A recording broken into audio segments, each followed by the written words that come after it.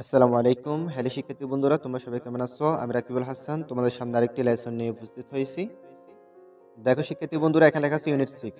Unit মানে অধ্যায়, 6 মানে 6, অধ্যায় 6। এরপর দেখো এখানে লেখা আছে লেসন 3। লেসন মানে পার্ট, 3 মানে থিন, পার্ট 3। এরপর এখানে লেখা আছে when to wash your hands। when মানে কখন, to মানে প্রতি, ওয়াশ মানে ধুত করা, ইউ মানে তোমার, হ্যান্ডস মানে হাতগুলো। এখানে বলতেছে when to wash your hands, তোমার হাত কখন ধুতে হবে। এই অধ্যায়ের নাম when to wash your hands। এখানে এত বলতেছে look at the pictures. Look মানে দেখো বা থাকাও, এট মানে দিকে, দ্য পিকচার্স মানে ছবিগুলো। এখানে বলতেছে লুক এট দ্য পিকচার্স, ছবিগুলোর দিকে তাকাও। এখানে এই ছবিগুলোর দিকে তাকাতে বলতেছে আমাদেরকে। এরপর এখানে বলতেছে match them with the phrases. Match মানে মিল করো, দেম মানে এগুলো, উইথ মানে দ্বারা বা সাথে, দ্য ফ্রেসেস মানে বাক্যাংশটি। ফ্রেস মানে বাক্যাংশ, দ্য ফ্রেসেস মানে বাক্যাংশটি। এখানে বলতেছে match them with the phrases, এগুলো বাক্যাংশের সাথে মিলাও। অর্থাৎ বাক্যাংশ বলতে এগুলোকে বোঝানো হচ্ছে, এই বাক্যাংশগুলোকে বোঝানো হচ্ছে এখানে। এই ছবিগুলোর সাথে এই বাক্যাংশগুলোর সাথে কি করতে বলতেছে, মিল করতে বলতেছে। এরপর এখানে বলতেছে one is done for you. One মানে একটি, ইজ মানে হয়, ডান মানে হয়েছে, ফর মানে জন্য, ইউ মানে তোমার। One is done for you, তোমার জন্য একটি করে দেওয়া হয়েছে। দেখো আমরা এখানে একটি ছবি দেখতে পাচ্ছি। একটি ছেলে কোথায় যাচ্ছে, টয়লেটে যাচ্ছে। এখানে লেখা আছে ইউজিং এ টয়লেট, একটি টয়লেট ব্যবহার করুন।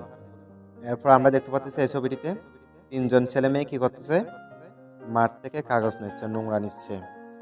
আমরা এটার সাথে মিলাতে পারি ট্রাস ইন গার্বেজ। ট্রাস মানে স্পর্শ করা, গার্বেজ মানে আবর্জনা বা কাগজগুলো। আমরা এই ছবিটির সাথে এটা মিলাতে পারি ট্রাস ইন গার্বেজ। এরপর দেখো আমরা এখানে দেখতে পাচ্ছি একটি মেয়ে খাবার খাচ্ছে। আমরা এটার সাথে মিলাতে পারি it in food. It in food মানে খাবার খাওয়া। এরপর দেখো আমরা দেখতে পাচ্ছি এখানে বেন্টিস লাগাচ্ছে এই ছবিটিতে, অর্থাৎ ক্ষত স্থানে বেন্টিস লাগাচ্ছে। আমরা এটার সাথে এটা মিলাতে পারি touch in a want. Touch in মানে স্পর্শ করা, এ মানে একটি, ওয়ান্ট মানে ক্ষত। টাচ ইন এ ওয়ান্ট, একটি ক্ষত স্পর্শ করা, অর্থাৎ ক্ষত স্থান স্পর্শ করা। এরপর দেখো আমরা এখানে দেখতে পাচ্ছি এই ছেলেটি কি করতেছে, কাশি দিচ্ছে বা হাসি দিচ্ছে। আমরা এটার সাথে এটা কি করতে পারি, মিলাতে পারি স্নিজিং। স্নিজিং মানে কি দেওয়া, হাসি দেওয়া। তাহলে শিক্ষিত বন্ধুরা তোমরা এগুলো ভালো করে দেখে নিবা। এরপর এখানে বিতে বলতেছে রিড অ্যান্ড সে। রিড মানে পড়ো, এন্ড মানে এবং, সে মানে বলো। রিড অ্যান্ড সে মানে পড়ো এবং বলো। এরপর এখানে বলতেছে washing hands is a good habit. Washing মানে ধুতো করা, হ্যান্ডস মানে হাতগুলো, ইজ মানে হয়, এ মানে একটি, গুড মানে ভালো, হ্যাবিট মানে অভ্যাস। এখানে বলতেছে washing hands is a good habit, হাত ধোয়ার একটি ভালো অভ্যাস। এরপর এখানে বলতেছে read about when we should wash hands. Read মানে পড়ো, অ্যাবাউট মানে সম্পর্কে, ওয়েন মানে যখন, উই মানে আমরা বা আমাদের, শুড মানে উচিত, হ্যান্ডস মানে হাতগুলো। এখানে বলতেছে read about when we should wash hands, আমাদের কখন হাত ধোয়া উচিত সে সম্পর্কে পড়ুন। অর্থাৎ আমাদের কখন হাত ধোয়া উচিত সে সম্পর্কে এখানে পড়তে বলতেছে। দেখো আমরা এখানে দেখতে পাচ্ছি before and after eating food. Before মানে আগে, অ্যান্ড মানে এবং, আফটার মানে পরে, ইটিং মানে খাওয়া, ফুড মানে খাবার।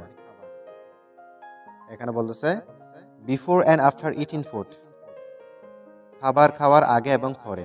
অর্থাৎ খাবার খাওয়ার আগে এবং পরে কি করতে হবে, হাত ধুতে হবে। দেখো এখানে মেয়েটি এখানে খাবার খাচ্ছে। এরপরে এখানে লেখা আছে before touching the nose. Before মানে আগে, টাচিং মানে স্পর্শ, দ্য নোজ মানে নাকটি। এখানে বলতেছে বিফোর টাচিং দ্য নোজ, নাক স্পর্শ করার আগে, the mouth and eyes. The mouth মানে মুখটি, অ্যান্ড মানে এবং, আইস মানে চোখগুলো। এখানে বলতেছে before touching the nose, the mouth and eyes, নাক, মুখ এবং চোখ স্পর্শ করার আগে হাত ধুয়ে নাও। দেখো আমরা এখানে তিনজন ছেলে মেয়েকে দেখতে পাচ্ছি। এই মেয়েটি চোখ স্পর্শ করতেছে এখানে, এই মেয়েটি এখানে নাক স্পর্শ করতেছে।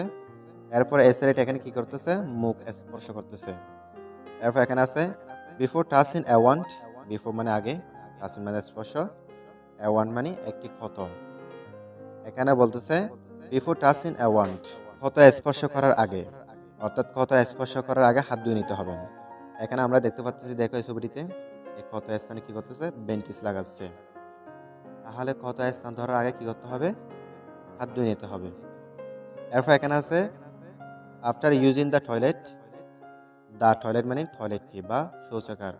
এখানে বলতেছে আফটার ইউজিং দ্য টয়লেট, শৌচাগার ব্যবহারের পরে, অর্থাৎ টয়লেট ব্যবহার করার পরে কি করতে হবে, হাত ধুয়ে নিতে হবে। দেখো আমরা এখানে দেখতে পাচ্ছি এই ছেলেটি কোথায় যাচ্ছে, টয়লেটে যাচ্ছে। এরপর দেখো এখানে আছে আফটার কফিং অর স্নিজিং, আফটার মানে পরে, কফিন মানে কাশি, অর মানে অথবা, স্নিজিং মানে হাসি।